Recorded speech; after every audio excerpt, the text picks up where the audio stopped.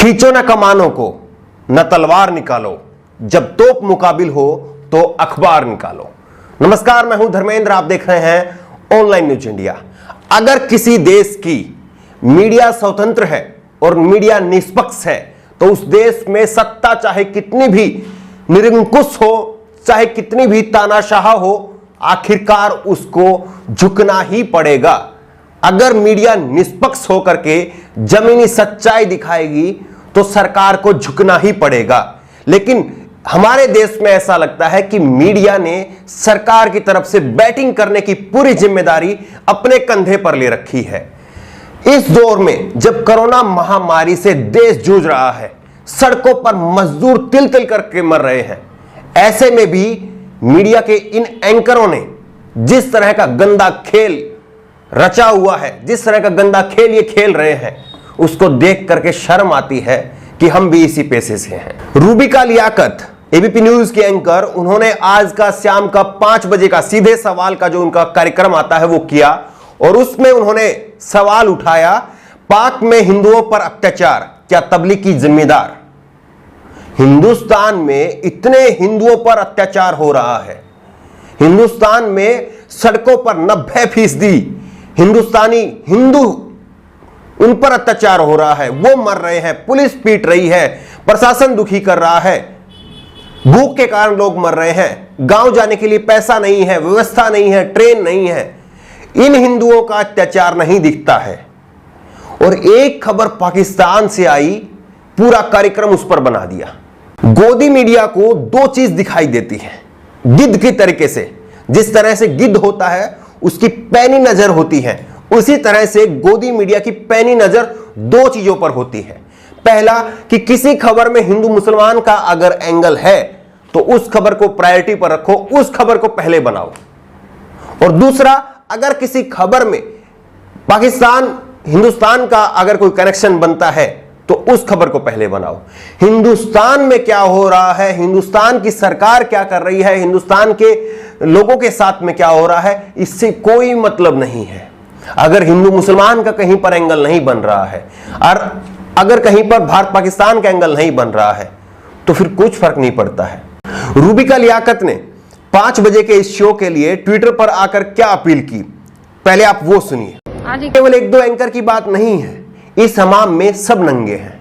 यहां पर गोदी मीडिया के एंकरों में कंपटीशन लगा हुआ है, कौन कितनी ज्यादा भक्ति करेगा, कौन कितनी ज्यादा चाटुकारिता कर सकता है, कौन कितना पत्रकारिता को बेच सकता है, इसका कंपटीशन लगा हुआ है। अमित देवगन का एक ट्वीट आप देखिए, आज के शाम के आर पार के शो के लिए उन्होंने क्या प्रोग्राम चुना है। पाकिस्तान में मोदी का खौफ हाई है। बताइए, पाकिस्तान में मोदी का खौफ हाई है, ये अमित देवगन लिख रहे हैं। अंजना ओम कश्यप गोदी मीडिया की बड़े चेहरों में से एक चेहरा मानी जाती है। उन्होंने भी अपना पाकिस्तान के एंगल वाला ही शो किया। उन्होंने शाहिद अफरीदी पूर्व क्रिकेटर ने जिस तरह से एक बयान दिया उसके ऊपर शो किया। अंजना ओम कश्यप ने क्या लिखा वो भी आप देखिए। मियान से लेकर इमरान खान और इंजमाम उल हक तक अफरीदी ने जो आज हमारे उस गुस्से को सही साबित किया जो पाकि खिलाड़ियों को लेकर बचपन से हमेशा मन में आता था। मजहब के इन मसीहाओं ने हर कदम पर नफरत और दहशतगर्दी फैलाई है। मियान ने दाऊद से रिश्ता बनाया और अफरीदी ने भारत विरोधी जहर से। इतना क्यों प्रेम है इनको पाकिस्तान से, क्यों लगाव है इतना पाकिस्तान से? पाकिस्तान से एक छोटी सी खबर का टुकड़ा नहीं मिला कि उस पर दिन रात फिर बहस चलेगी, दंगल होगा, हल्ला बोल होगा, आर पार शो होगा, सीधा सवाल होगा। सीधा सवाल रूबिका लियाकत इमरान खान से कर रही है, देश के प्रधानमंत्री से सवाल करना चाहिए, प्रधानमंत्री नरेंद्र मोदी से सवाल करना चाहिए। देश की जो चिंताएं हैं उन पर चिंता करनी चाहिए, उन पर शो करना चाहिए, मजदूरों को लेकर के बात करनी चाहिए।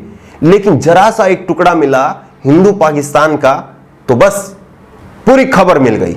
जरा सा अगर टुकड़ा मिलेगा हिंदू मुसलमान का तो बस पूरी खबर चलेगी।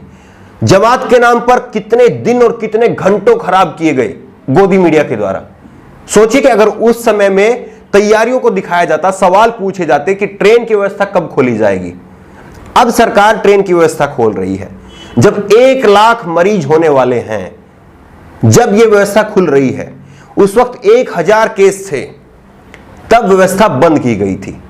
तब सवाल मीडिया के द्वारा यह उठाए जाने चाहिए थे कि सरकार की तैयारियां क्या हैं, सरकार किस तरह से निपटेगी कोरोना वायरस से, क्या ब्लूप्रिंट है, उस पर चर्चा होनी चाहिए थी। लेकिन उस पर चर्चा नहीं की। उसका खामियाजा देश आज भुगत रहा है और आज जो कुछ हो रहा है उसको ढकने के लिए, ताकि फजीयत ना हो सरकार की, उसको बचाने के लिए अब फिर वही पाकिस्तान हिंदुस्तान वाला एंगल या हिंदू मुसलमान वाला एंगल। इसीलिए मैंने कहा था कि जब तोप मुकाबिल हो तो अखबार निकालो। तोप का काम कर सकती है अखबार, लेकिन नहीं, हम तो बिक गए हैं सनम, अब हमसे उम्मीद करना बेकार है। शायद यही लाइनें गोदी मीडिया के लिए सही बैठती है। हिंदुओं का अत्याचार पाकिस्तान का नजर आता है। मान लिया कि पाकिस्तान में एक महिला का धर्म परिवर्तन किया गया और उसको लेकर के शोक किया जाना चाहिए, लेकिन क्या इतना कीमती समय, हमारा कीमती समय, पाकिस्तान की वैल्यू का इतनी ज्यादा है हमारे लिए कि हम उस पर अपना 1 घंटा, जो कि कीमती 1 घंटा है, सबसे कीमती प्राइम टाइम का, हम खर्च कर सकते हैं? क्या पाकिस्तान हमारे लिए इतनी इंपॉर्टेंट रखता है? नहीं। पाकिस्तान हिंदुस्तान के सामने कुछ भी नहीं है।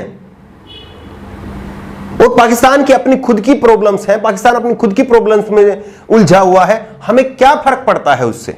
हमें अपने देश से, हमारे लिए कंट्री फर्स्ट होना चाहिए, इंडिया फर्स्ट होना चाहिए। लेकिन इन गोदी मीडिया के एंकरों के लिए पाकिस्तान फर्स्ट है। ये लोग पाकिस्तान की खबरों को, और पाकिस्तान के प्रधानमंत्री क्या कर रहे हैं, वो फर्स्ट रखते हैं। पाकिस्तान के प्रधानमंत्री से सीधे सवाल करने की हिम्मत रखते हैं। हिंदुस्तान के प्रधानमंत्री से क्यों नहीं? उनको तो हमने वोट देकर के चुना है ना, तो उनसे क्यों नहीं सवाल पूछ सकते?